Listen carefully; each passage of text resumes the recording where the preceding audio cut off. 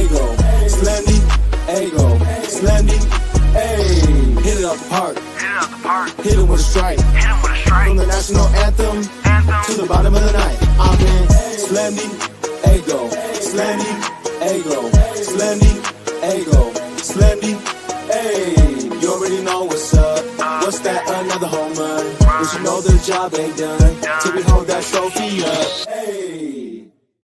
Well, what's up, everybody? Welcome to episode 395 of the Talking Friars podcast and YouTube show. Ben Fadden with you here. The Padres, they are 1-5 in their last 6 games. They lose tonight to the Dodgers 4-2. From my math, the Padres are 7 for 50 in their last 6 games with runners in scoring position. I see Jim Russell on Twitter is saying they're 7 for 43. So someone's math is wrong. I believe I tallied it up right. I got 1 for 7, 1 for 4, 2 for 10, 2 for 10, 0 for 5, 1 for 7 in their last 6 games. I can go back through that. I'll go back through that right now, actually. So I think this is a perfect time to do it. I mean, this is the story of the Padres, right? It's the story of the Padres this past week and a half. I mean, it's the story of the whole year, but really like this past week. Because there's been situations where could have come through extra innings or tonight, and they just didn't. So tonight, they went 1 for 7 with runners in scoring position. In the loss on Thursday,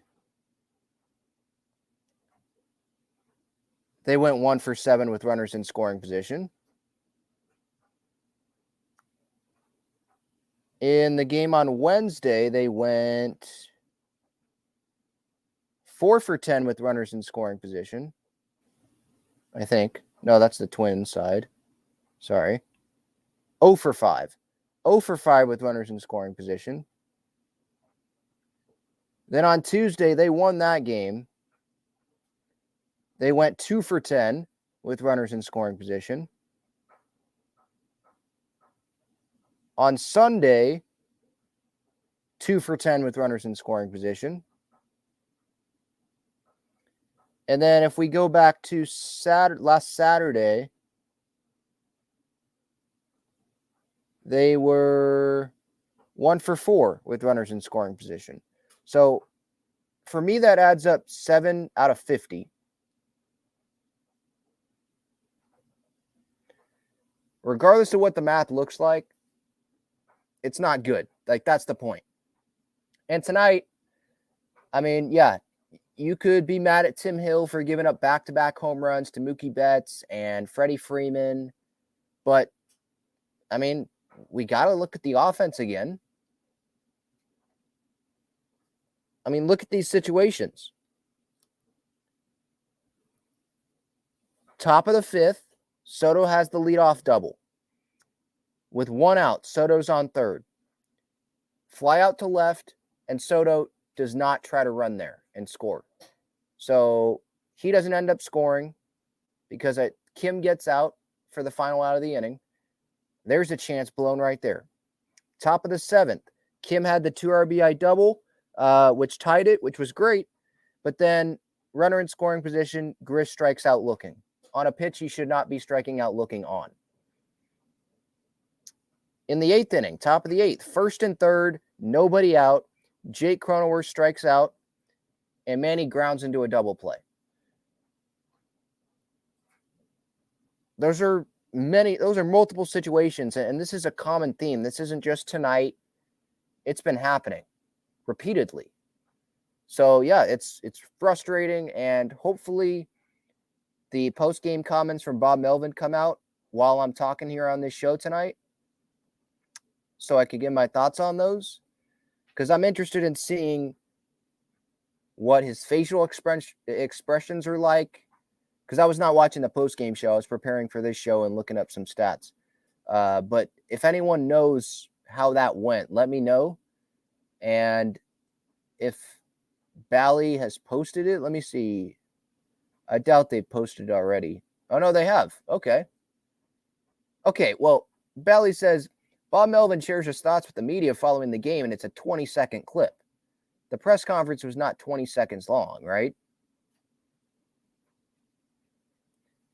I mean, if we want to, sure. If we want to, you want to see this? Here you go. On the whole, what did you think of kind of your approach today? Look, we had good energy the entire game. We had a guy that was, shoving pretty good there for a while, and then all of a sudden we were tied up. So I thought we stayed with it well. And again, we had some opportunities in the eighth, had some good at bats, just couldn't follow it through. So just came up a little bit short tonight. All right, there you go. So there's Bo Mel. I mean, it's like 20 seconds. I'd like to hear the whole thing, but I guess that's not what Bally wants to post. But yeah, I mean, he's right. Eighth inning, they had spots where they could come through, and they didn't come through. If you want to come on the show, vent, express your thoughts, feel free to come on. I posted that link. It's pinned up in the chat, so you can just click on that. CBS 121 says we suck.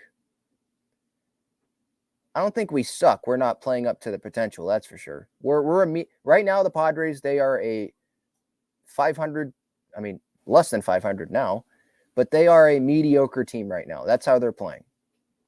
Brent says, team needed a superstar to step up in a big game tonight. Manny effing Machado is right. He killed us tonight. In that one spot, yeah, I mean, you can't ground and do a double play in that spot. And us fans, right? I definitely understand the viewpoint of fans. He's getting paid all this money, and he has not come up very big this year. What is his stats now? So he's hitting 243. That doesn't look terrible, but his OPS is 680. For Manny, I mean, I'm expecting his OPS to be like 800, at least. Like, that's a good OPS. So he has not been the Manny Machado that we saw last year. And he probably is not going to be that guy this year. But I think he's going to turn it around. I think he's going to be better. But we're dealing with the right now, right? And right now, he's underperforming. And there are many guys in this lineup that are underperforming right now. And Bob Melvin, right? Yesterday, he talked about tenacity, right? And really gripping. When you look up tenacity, right? The definition here, I'll look it up again just so I can read it. The quality or fact of being able to grip something firmly, right? Like a firm hold on a lead, continuing to battle throughout the game. I think that's what Bob Melvin is, continuing to fight a little more. That's what he talked about yesterday. And I did see that today. I said that a little bit in my post-game reaction. Like, I did see guys. It seemed like the team was fighting more today. You go with Ha-Seong Kim against Dustin May in what inning was that? The 7th inning, where he ties it up there with the double down the line. I still would have sent Soto with Kim up in that, earlier in the game. I know that made some people look dumb when Kim came through there. But I still would have sent Soto. But Kim comes through, Odor's pumped up. You got to give props to Melvin for having Odor pinch run for Carpenter. I don't know if Carpenter would have made that there, and Odor barely made it. But guys were fighting. I think there were more aggressive swings, guys going up there looking to do damage instead of getting behind in counts. I mean, there were still some of that, guys getting behind in counts. And Matt Carpenter, I think it was Carp. I remember one at-bat that he had, maybe his last at-bat, fastball like 96 down the middle, and he fouls it off, just not being on it, right? Crony's been swinging under some balls a little bit. Grish striking out looking like I talked about. So there were still some negative spots, but Bogey had that double over the center fielder, battling back there, getting in scoring position, and he ended up scoring on Kim's double there that ended up tying it before the Padres lost the lead again. So I saw some positive signs from tonight, but I mean, this series, after you get called out by your manager, I'm sorry, this is we got to judge it by the results. They're under 500. They're not hitting with runners in scoring position at the level that they should be. That's what it is. And there are guys that are underperforming right now in the lineup. And if you look at the lineup right now, like let's look at tonight's lineup. Tatis, okay, I'm good with. Crony, I think he needs to step it up a little. Manny, I think he needs, I've been encouraged by what I've seen lately, but it's just overall needs to step it up a little, right? Soto, I'm not even going to mention him because I like what I'm seeing.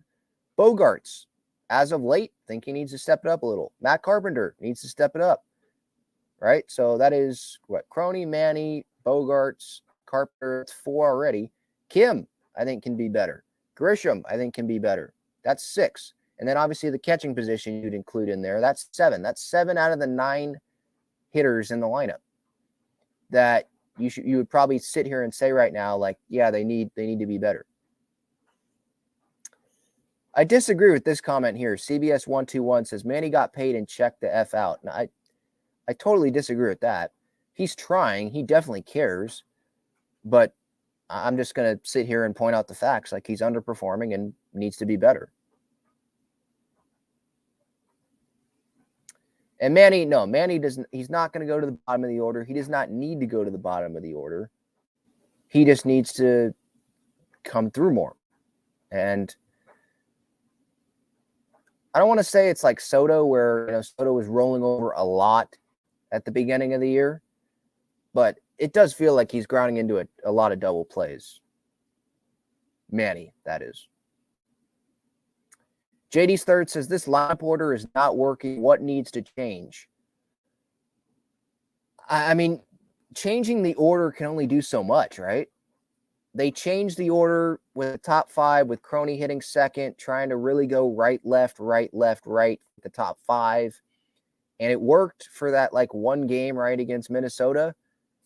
But, changing the lineup, at the end of the day, like, I don't think it's so much about where guys are hitting in the lineup. Like, I like having Soto hit 4th. It seems like he's really comfortable there and he's hitting well there. So the Padres are going to keep him hitting 4th, but it just comes down to the player performance.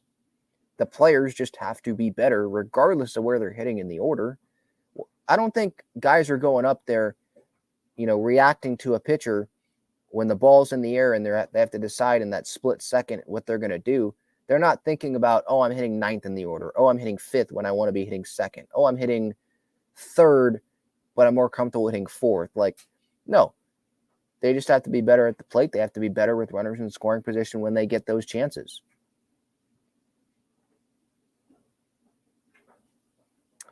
Yeah, and so, let's go over kind of everything that happened today, because I do see some comments about Bob Melvin's decision, putting Tim Hill in there to face Mookie and Freddie.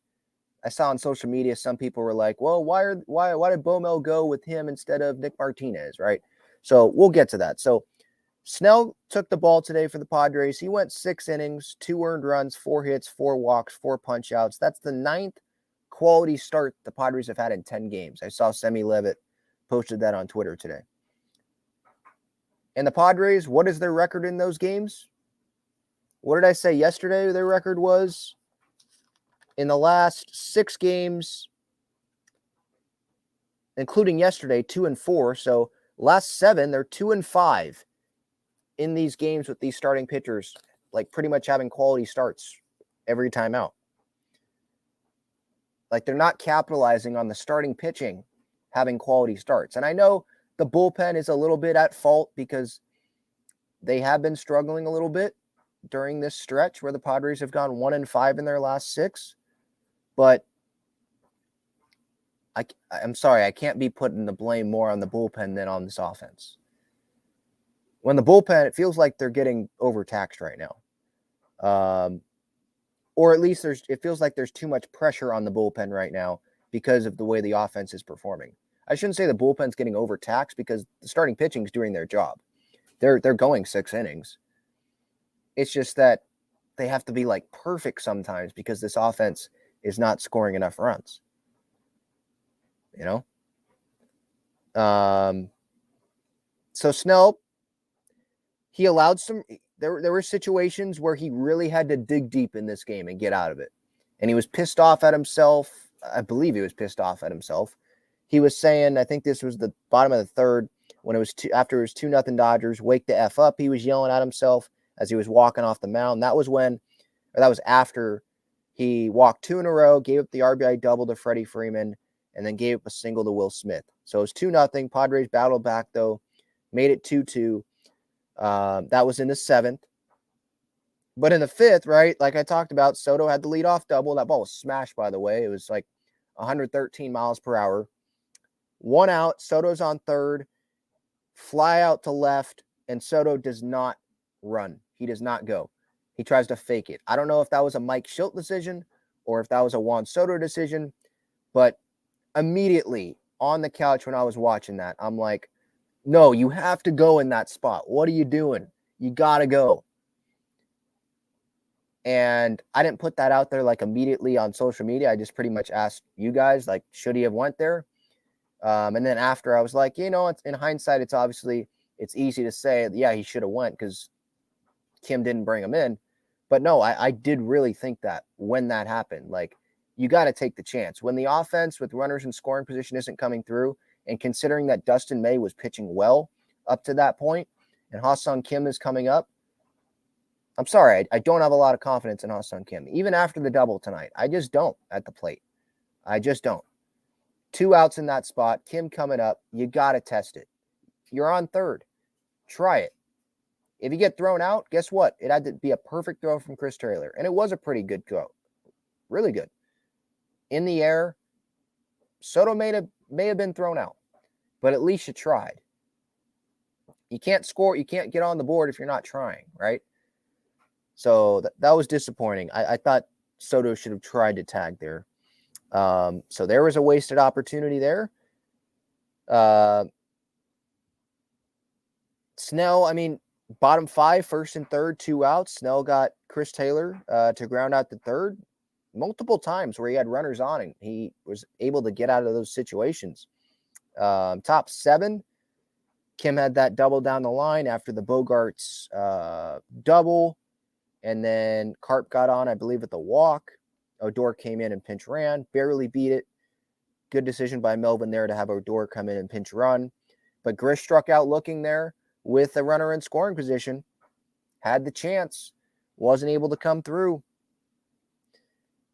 And then bottom 7, Tim Hill's on the mound. Gives up back-to-back jacks. Mookie and Freddie.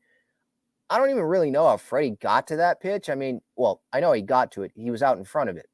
But that pitch was inside, and he pulled it for a home run. I guess you got to give props to Freddie on that one. The Mookie one, I mean, that was grooved. That was just perfect, and Mookie obviously capitalized on it. There were some that were like, well, why is Tim Hill pitching in that situation when Nick Martinez could have been in the game there? And I understand that, in hindsight, like, why is Nick Martinez not in that spot? But I think the Padres probably wanted Nick Martinez to pitch the 8th with hopefully Hader pitching the 9th. I know you have to get there and all that, but they probably thought, hey, Hill, sidearm, he can get Mookie out. And I think the Padres were focused on getting Freddie out there. Left on left there, get him out. And I know they could have went with Martinez there too, right on right with him and Mookie. I wouldn't have been against it. I'm just trying to tell you guys maybe what the Padres were thinking with having Martinez maybe go with the 8th inning, pitch the 8th instead of the 7th. Because they could have had Martinez pitch against Freeman as well with his changeup or go fastball up, because I know that worked on Sunday Night Baseball last weekend. Who was up after Freddie? Was it Muncy? Will Smith. So, I mean, yeah, Betts, Freeman, Smith coming up. 2 of those are righties. So, yeah, I mean, I'm not going to disagree with those that think, yeah, Martinez should have been pitching over Hill. Like, okay, you definitely have an argument there. I just think that they probably wanted Martinez pitching the 8th with Hader pitching the 9th. After Smith, it's Martinez a righty, Taylor a righty, Muncy lefty. Yeah, I don't know. That's the tough thing about being the manager, right? Like, if it works out well, we're probably giving credit to the players. If it doesn't work out well, we're blaming the manager, you know? But that's what he signs up for.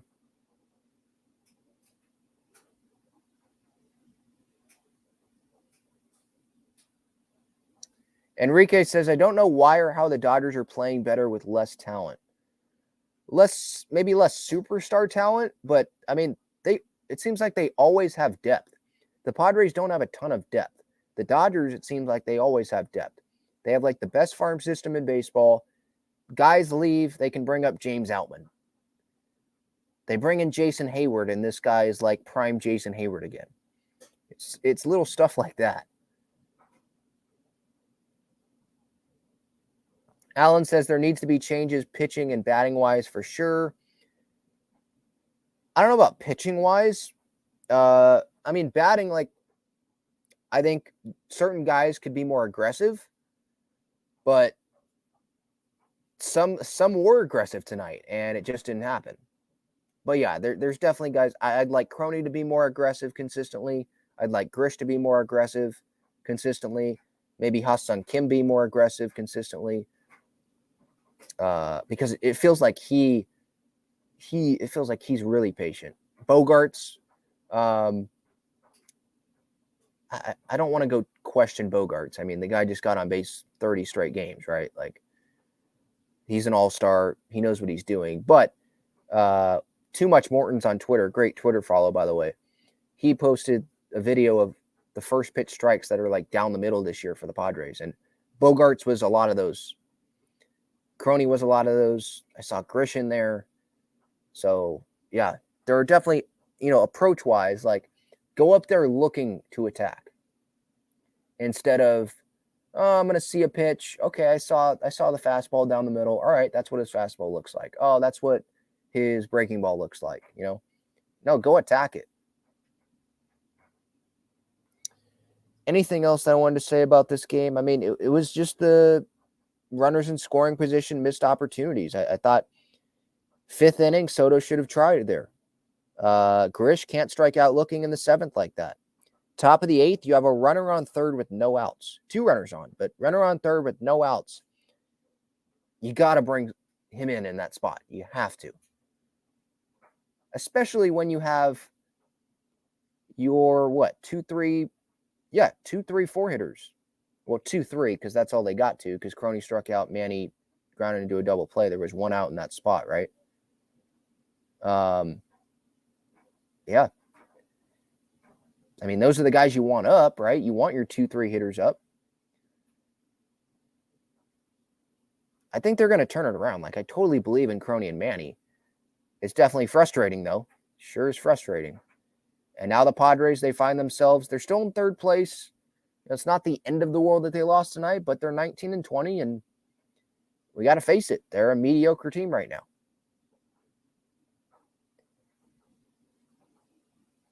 You are what your record says you are sometimes, and the record isn't lying, I don't think, right now.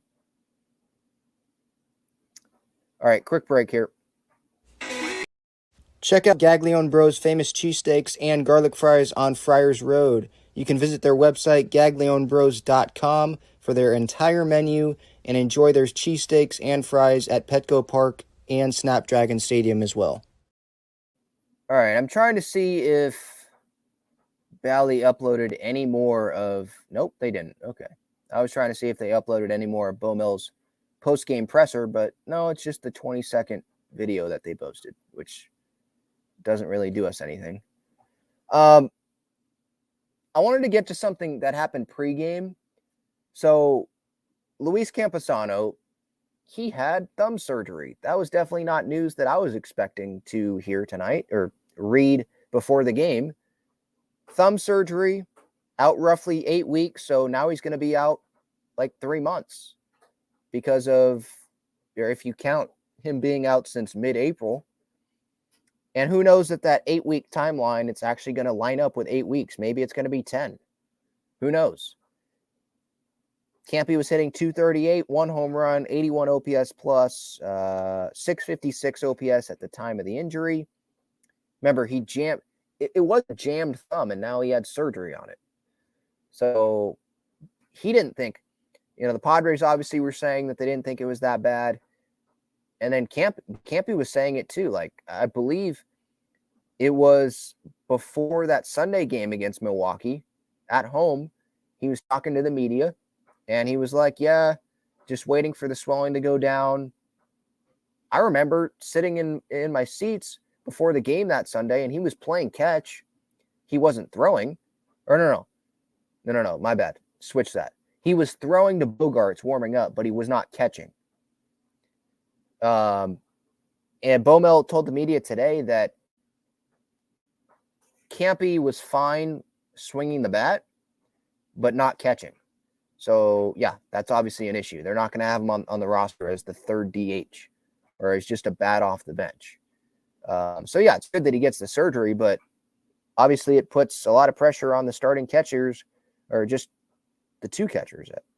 Nola and Sullivan, I mean, those are the catchers that the Padres are going to ride with now, and they have to. And it's not looking so good with that spot. And that's why it's really important for the big guys in this lineup to come through because, we're not going to be sitting here relying on Austin Nola and Brett Sullivan. We can be mad about them, or we can be disappointed with Austin Nola's performances and all that, but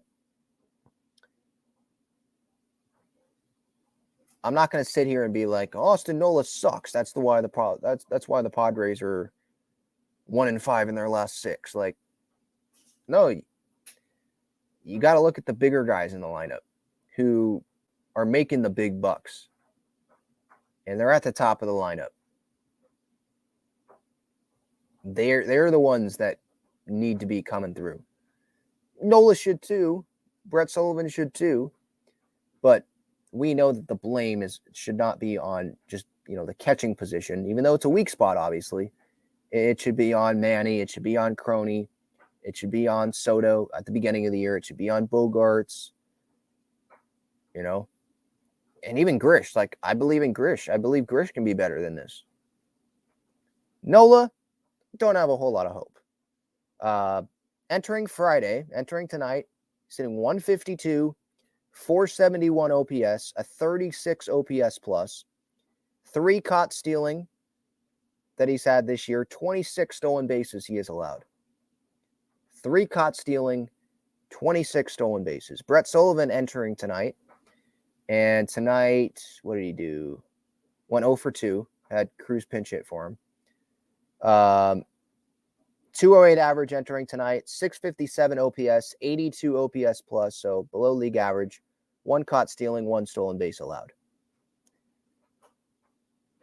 I mean, the catching position, yeah, I'm going to say like it has to improve. But again, I'm not going to sit here and, be blaming the catching position for the Padres' offensive struggles. They're the 9 hitters in this lineup, 8-9 hitters in this lineup.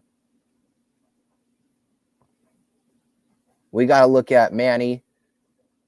We got to look at the big guys in the lineup. We got to look at Matt Carpenter, even Ha-Sung Kim, because he's going to be starting pretty much every day, right? That's who we got to look to.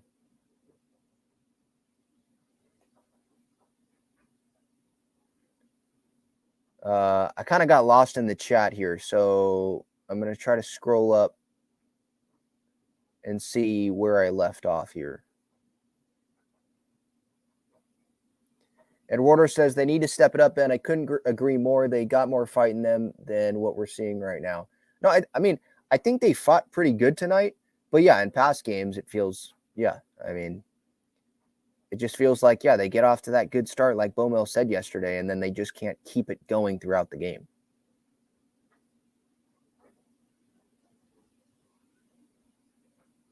Max says, if I had a nickel for every base runner we strand on base, I'd have enough money for Ohtani. That's a good one.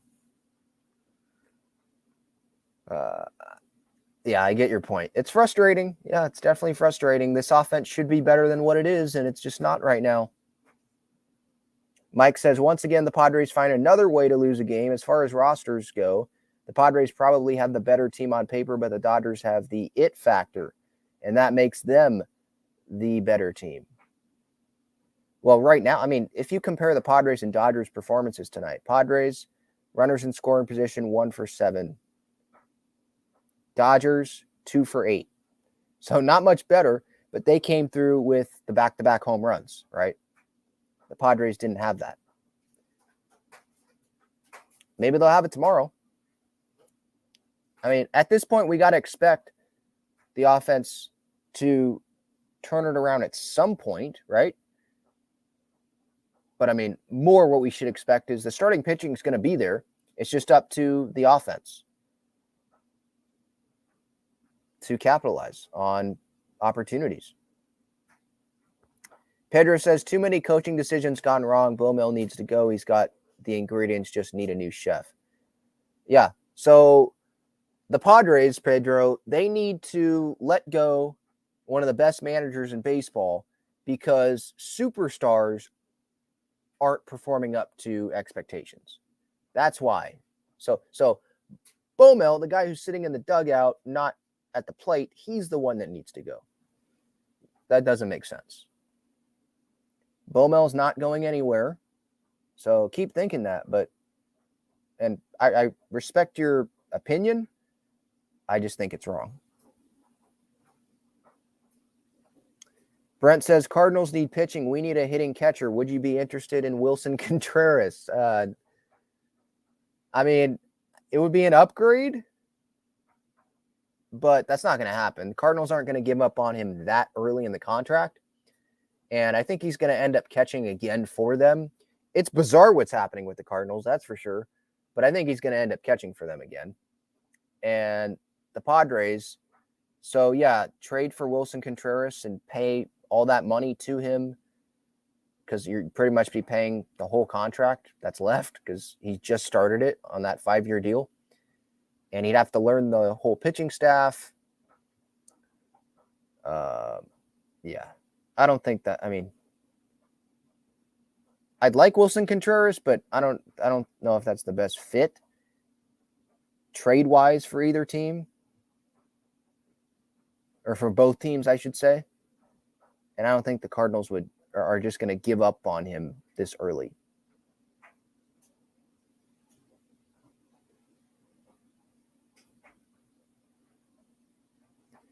JD's third asks, how concerned are you honestly? If I had to put it on like a level 1 to 10, my concern level, like how they're playing right now, and like not long term, but like right now, it's probably at like a 7, because they're not firing on all cylinders. But long term, like it's not even at a 5. We're all frustrated right now, but baseball is an incredibly long season. And yeah, I'm going to keep pointing back to the track records. And I think that this team is much better than what they're performing, or much better than how they're performing right now. That's my thought on it. I mean, I'm probably like a broken record on that for anyone that listens or pays attention to the show. And my thoughts long-term on this team, I'm going to keep saying that I think they're going to turn it around. Like, I'm not worried long-term about this team right now because it's May 12th. But short-term, yeah, definitely. I mean, it's concerning short-term with the offense.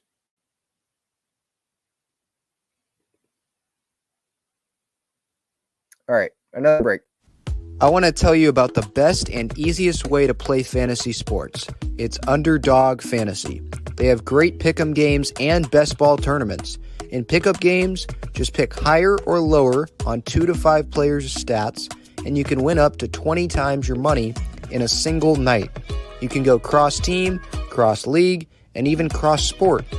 Best ball revolves around the draft, which is what every fan loves the most about fantasy. and it eliminates the hassle of having to manage your roster all season long, resulting in a fun and easy fantasy product. How does it work exactly? You enter a contest where you participate in a snake draft against other users. That lineup that you drafted competes against every other draft in the entire contest.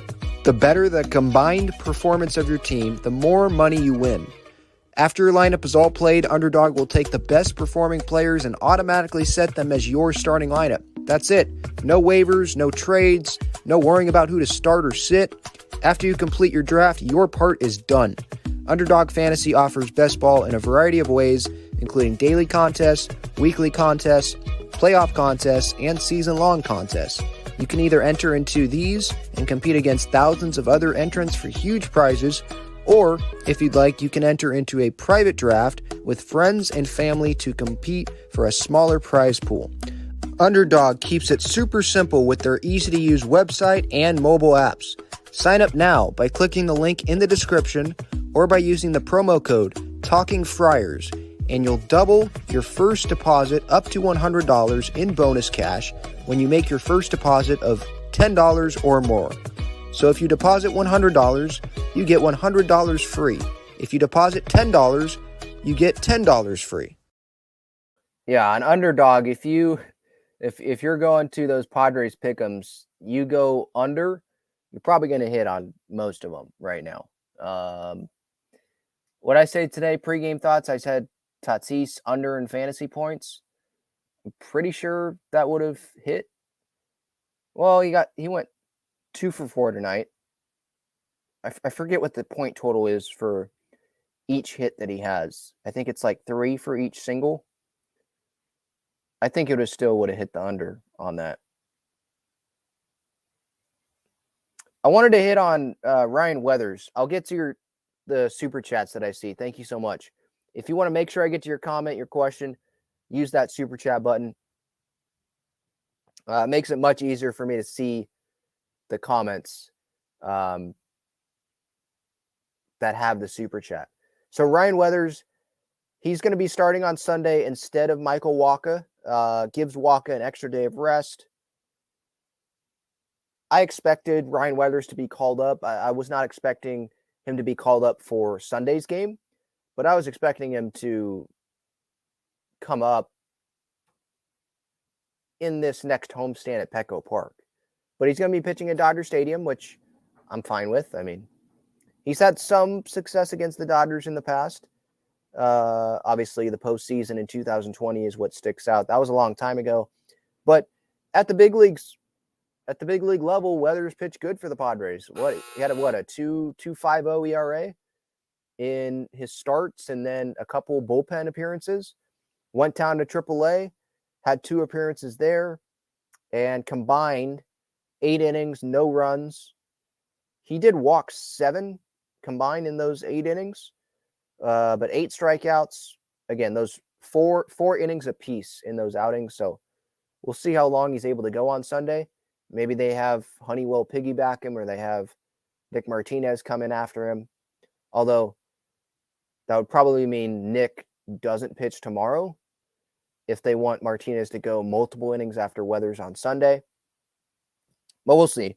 The Padres, they're in the middle of a 9-game stretch right now.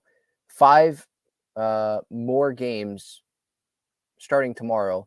So the final 2 against the Dodgers, 3 against the Royals, Monday, Tuesday, Wednesday, and then they have the off day Thursday before starting that Red Sox series at home. So they wanted to give Wacha an extra day of rest, give the rotation an extra day of rest. Like that's going to help the rotation long term in this season, and that's the way that's. It's not like the rotation is the problem right now. So I like this. I like the decision. I think it sets Wacha up well too, getting to face the Royals. Maybe the Padres are like, well, let's increase our chances of winning that Monday game and winning all 3 of the Royals games, then maybe using Wacha on Sunday and against a better Dodger team than the Royals. But I mean, look, for the Padres to win the series, obviously they have to take today's game, or not today. They have to take Saturday's game and they have to take Sunday's game. So in order to do that, I mean, we're going to go back to the same thing, the offense. The offense is going to have to come through.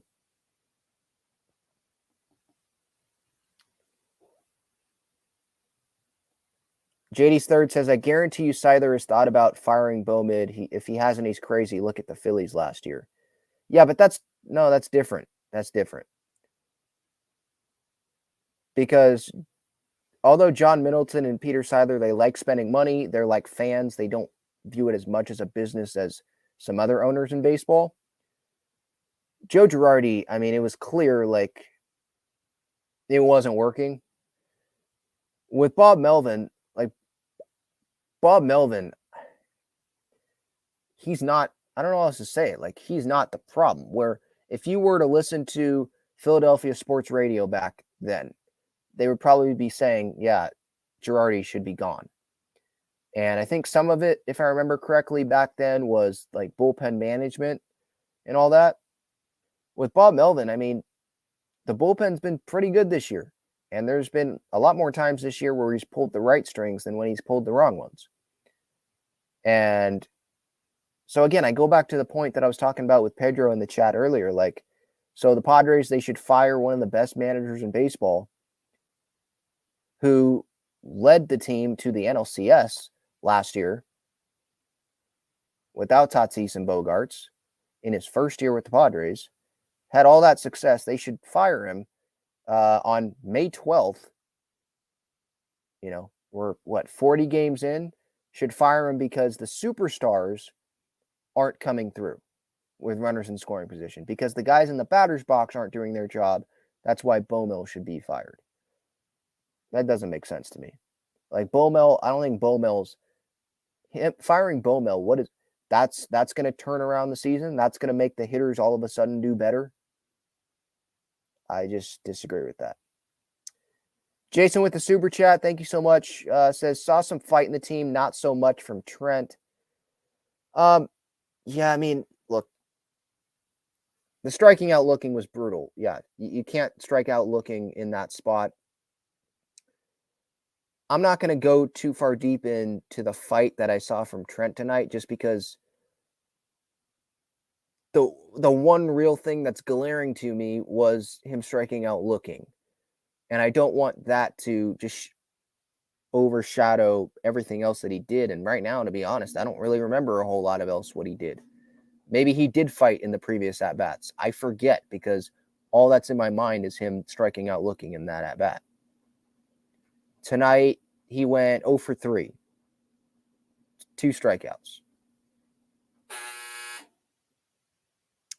SJL Stevens says, it's like a high-performance engine with poor timing. The offense? Is that what I think that's where he's getting at?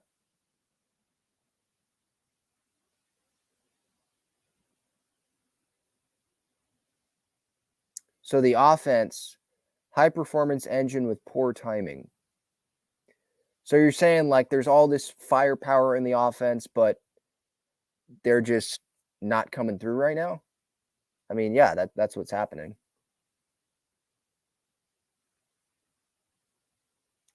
And JD's third, getting back to this, I guarantee you Seidler has thought about firing Bowmel. I disagree. I don't even think that he's thought about that, because it's not Bowmel. And that's not what Seidler would do. He knows how much money he's spending on this roster. He's going to say, no, you players, you got to be better. You're the ones that got to do better.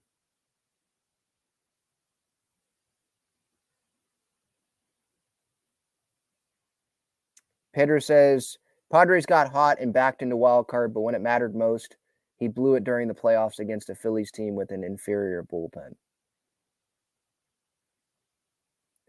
So are we going to forget the managerial decisions that got them into the postseason? Are we going to forget the managerial decisions that he made during the Mets series, during the Dodger series that got them to the NLCS? We're going to forget about those. I mean, come on. I feel like we're cherry picking. And again, the Shamanaya decision in the NLCS, okay. Like, I think he left him in too long. I agree with that. But the Robert Suarez decision, I still think he made the right decision. Suarez was right there with Josh Hader. Both of them were like the best relievers in the postseason at that time. And Hader was going to pitch the 9th, Suarez the 8th. Harper laid off that changeup somehow and then hit a home run. Sometimes that happens.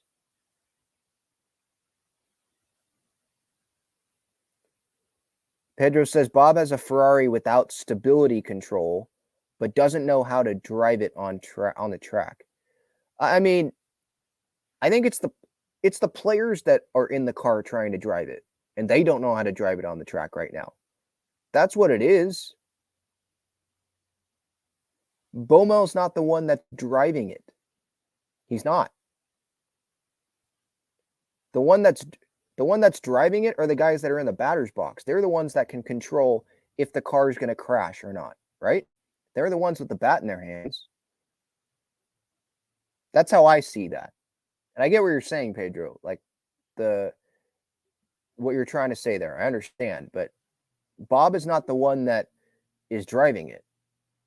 I don't follow NASCAR or whatever, so I don't know what the right comparison for Bob Melvin is in this. Is he like the whatever the crew is, the crew that helps put the tires on or whatever?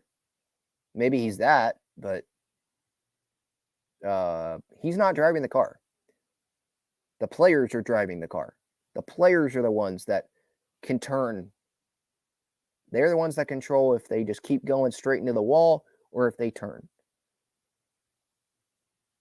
And right now, the offense is going straight into a wall.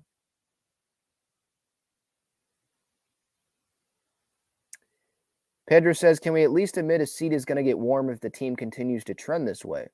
I think more fans will start to have your opinion. Like, let's just try to change it up. But unless he starts making terrible decisions, and that's why they lose, then if that happens, then okay, you could have that conversation. But as long as the offense keeps going 7 for 50 in their last 6 games, in a 6-game stretch with runners in scoring position, like, it's not Bomel, it's the players. All right, let's get to some other San Diego sports here real quick before we get out of here. Thank you so much, everyone, for being here. Padres lost tonight, obviously. So I want to hit on San Diego State real quick. Lamont Butler, he told the San Diego Union Tribune this week, Mark Ziegler, by the way, that he's not transferring. He will not be transferring from San Diego State. He is either going to come back to San Diego State or he's going to enter the draft. And I think he's going to come back to San Diego State. I don't think he was even invited to the draft combine. I think there was a list that came out this week, and his name was not on it. No San Diego State players' names were on it. And he has worked out for the Grizzlies. He's worked out for the Bucks, and I think for the Jazz. 3 teams, I know for a fact, 3 teams that he's worked out for. And no combine invitation. So he's not going to get drafted, I don't think. So I think this was a good thing for him to go train in Vegas, get some evaluations, and now he's going to come back to state, hopefully. Yeah, that's what it looks like. He's not going to transfer. That's what he said. Come back to state and have a great year. And Lamont Butler's father was talking about how San Diego State fans, they thought Lamont had a good year this year. Just wait till next year.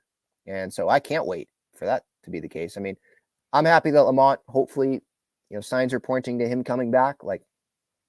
Because if Lamont wouldn't come back, if he was not going to come back this next season, it would make San Diego State's job a whole lot tougher. That's for sure. I mean, Lamont is a starter.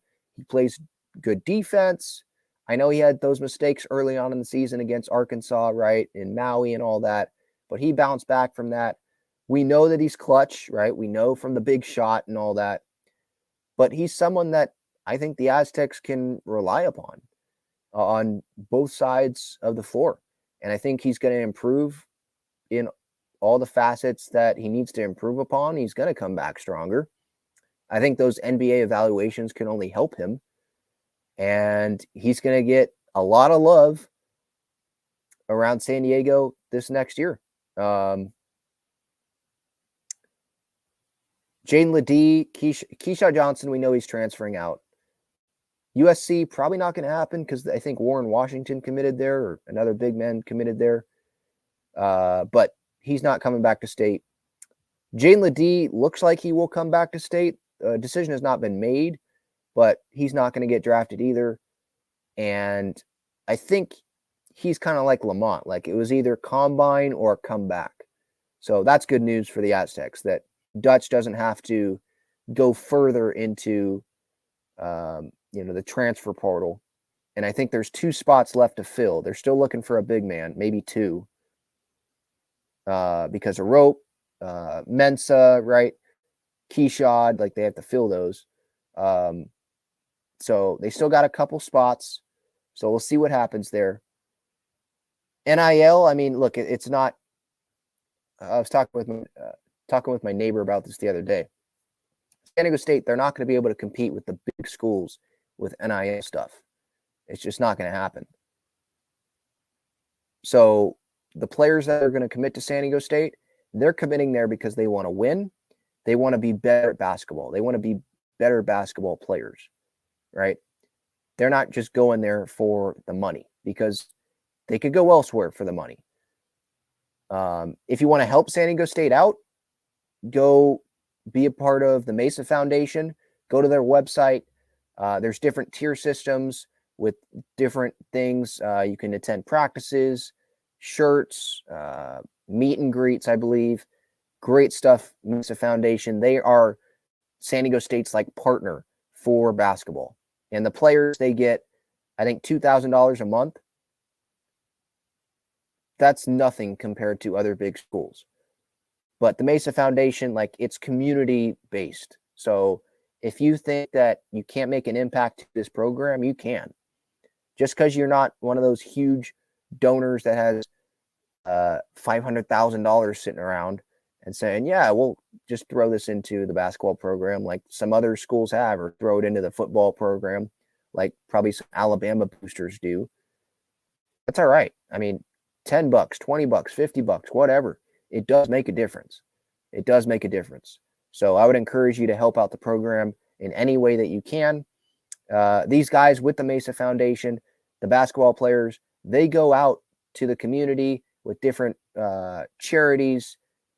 That's how they get the money, is through charity work. They get the $2,000 a month, and they go out and help the community. So it's not just you're giving them money.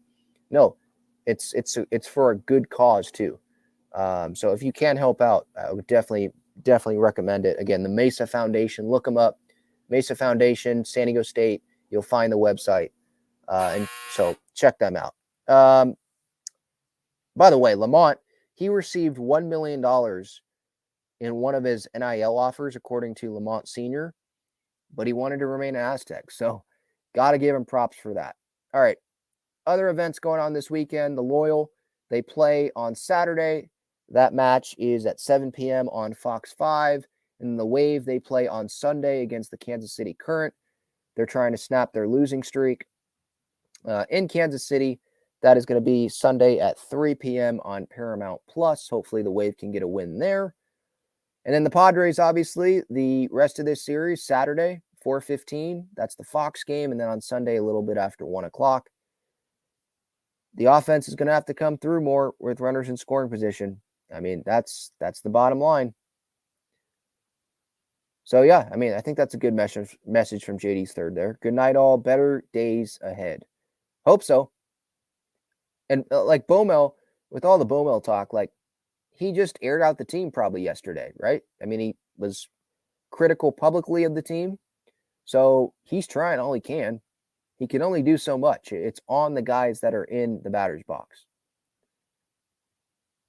And it's on the guys that are at third base, and there's a fly ball to left field, and you know that the offense isn't clicking right now with runners in scoring position. So you got to take that chance. It's on those guys, the guys on the field.